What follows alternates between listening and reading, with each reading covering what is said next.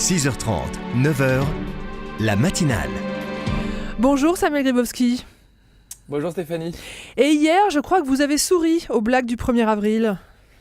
Et oui, le Saint-Siège déplacé à Avignon, Greta Thunberg cessant son combat contre le changement climatique après avoir convaincu les chefs d'État du monde entier, la police nationale recrutant des lapins renifleurs, le Tour de France exclusivement en Belgique, la NASA sortant un rapport sur la première espèce, l'humanité, acceptant de s'autodétruire, la gendarmerie de Savoie qui a enfin trouvé la recette du reblochon après d'inlassables recherches et investigations, des marins-pompiers cherchant la sardine géante bloquant le géoport de Marseille, ou encore des anciens conseillers de Macron associant le capitalisme au progrès. Ah non, ça pardon, le dernier, c'était pas une blague. Bref, le pape François et le roi du Maroc, Mohamed VI, sont passés de justesse sur le devant de la scène bien avant les trompes de poissons d'avril de ce lundi. Car oui, la fraternité à laquelle les deux souverains nous invitent est loin d'être une blague. Il est vrai, et c'est important de le rappeler, jamais l'humanité n'a aussi peu tué qu'en ce moment.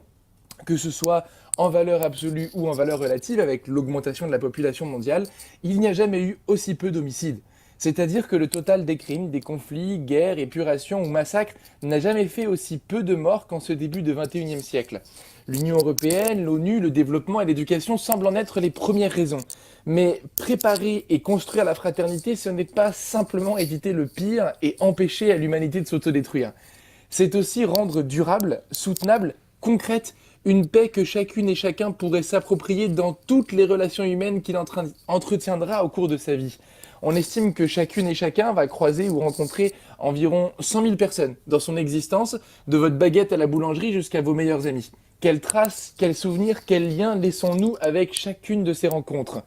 Si l'islam comme le christianisme appellent tous les deux à une fraternité intracommunautaire, considérant les chrétiens et les chrétiennes entre eux comme frères et sœurs, considérant les musulmanes et les musulmans entre eux comme frères et sœurs, la rencontre à Rabat a été l'occasion d'inviter à élargir le spectre de considération de cette fraternité.